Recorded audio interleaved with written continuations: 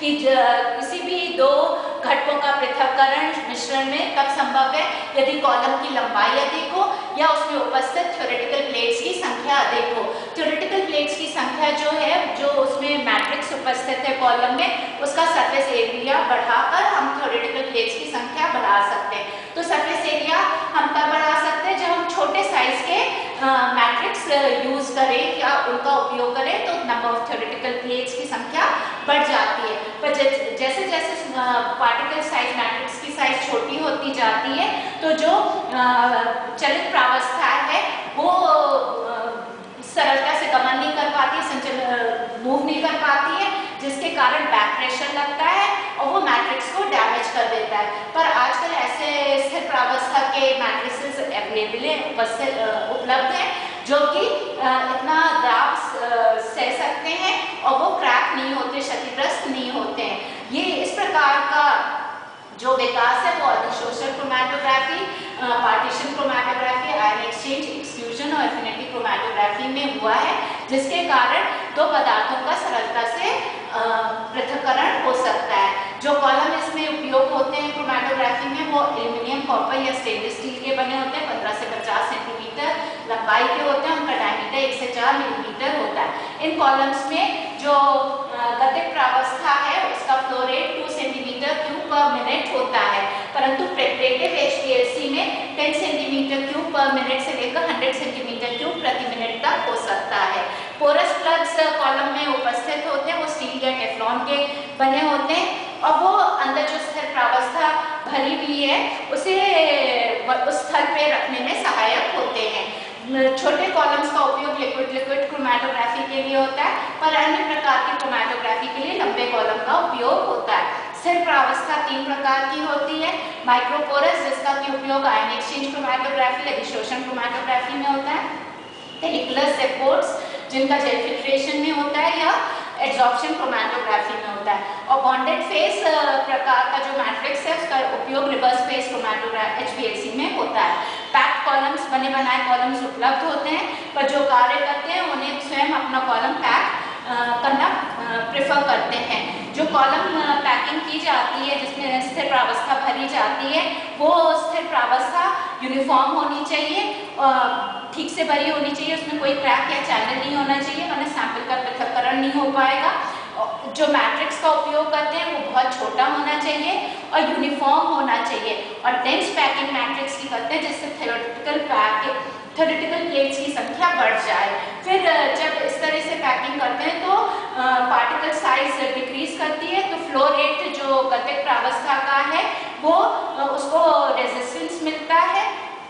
इसलिए हम pressure pump का उपयोग करते हैं, जो कि चलित प्रावस्था का दर बनाए रखने में सहायता करता है।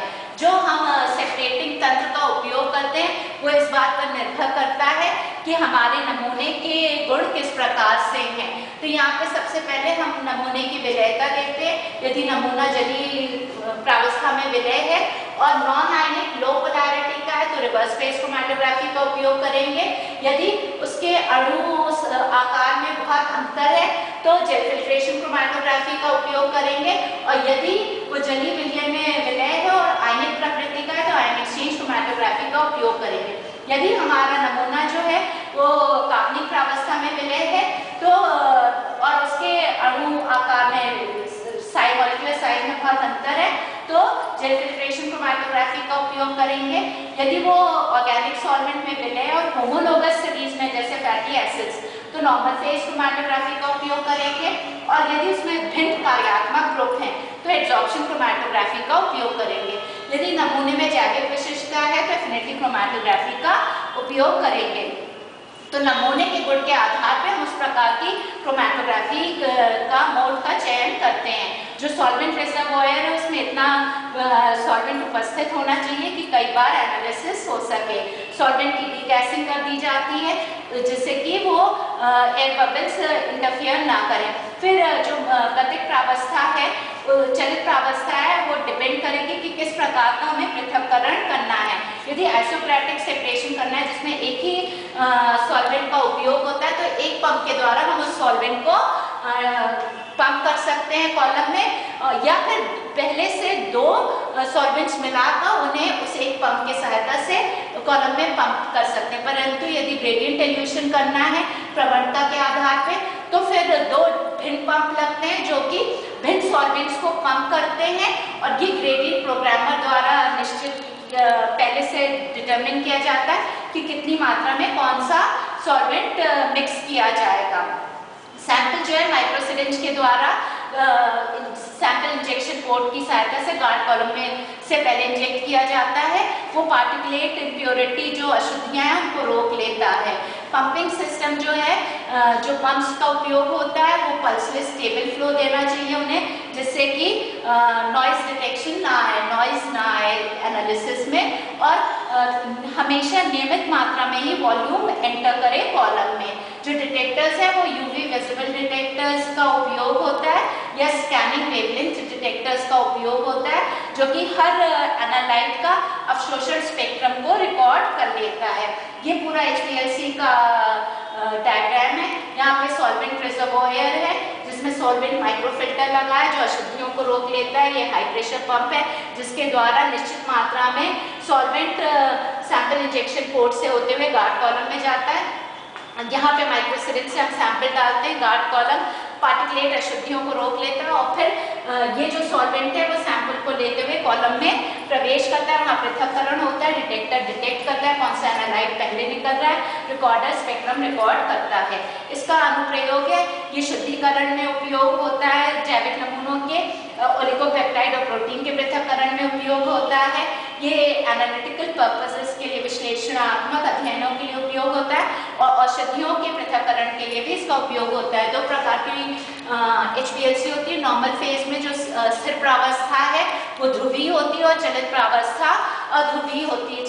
जो चलित प्रावस्था है उसमें जो कार्बनिक विलायक उपयोग होते हैं वो हेक्सेनइथाइल एसीटेट है, और स्थिर प्रावस्था एल्किलामीन की है। एल्किलामीन क्योंकि ध्रुवीय है तो वो ध्रुवीय एनालाइट्स को बंधन करेगी। तो जो एल्यूशन जो एनालाइट्स निकलते हैं तो सबसे पहले सबसे कम ध्रुवी एनालाइट पहले निकलता है, सबसे ध्रुवी एनालाइट सबसे अंत में निकलता है। तो पोलर एनालाइट्स को, ध्रुवीय एनालाइट्स को एल्यूट कराने के लिए हमें मोबाइल फेज की पोलैरिटी को बढ़ाना पड़ता है, जिसके लिए हम मिथनॉल या डायोक्साइड का उपयोग कर सकते हैं। इस एनालाइट्स के द्वारा, इस क्रोमैटोग्राफी के द्वारा उन एनालाइट्स का पृथक्करण होता है जो कि रिवर्स फेज क्रोमैटोग्राफी के द्वारा पृथक नहीं हो सकते और जल में कम विलयता रखते हैं। रिवर्स फेज लिक्विड क्रोमैटोग्राफी में स्थिर प्रावस्था अध्रुवीय और चलित प्रावस्था ध्रुवीय है। तो जो इसमें स्थिर प्रावस्था होती है वो एल्कोसाइलेन की है, जिसमें सिलिका से ब्यूटाइल समूह और ऑक्टाडेसाइल समूह जुड़े हुए होते हैं। चलित प्रावस्था जल aqueous बफर्स या एसिटोनाइट्राइल की बनी होती है इनके मिश्रण से। रिवर्स फेज HPLC में पहले जो है ध्रुवीय पदार्थ निकलता है और सबसे अंत में अध्रुवीय पदार्थ निकलता है।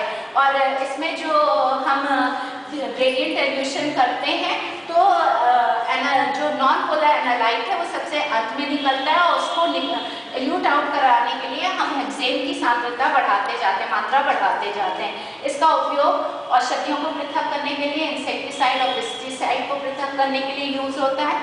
HPLC प्रोटीन के पृथक्करण के लिए उपयोग होता है, और non aqueous reverse phase HPLC का उपयोग हम लिपिड के पृथक्करण के लिए भी कर सकते हैं।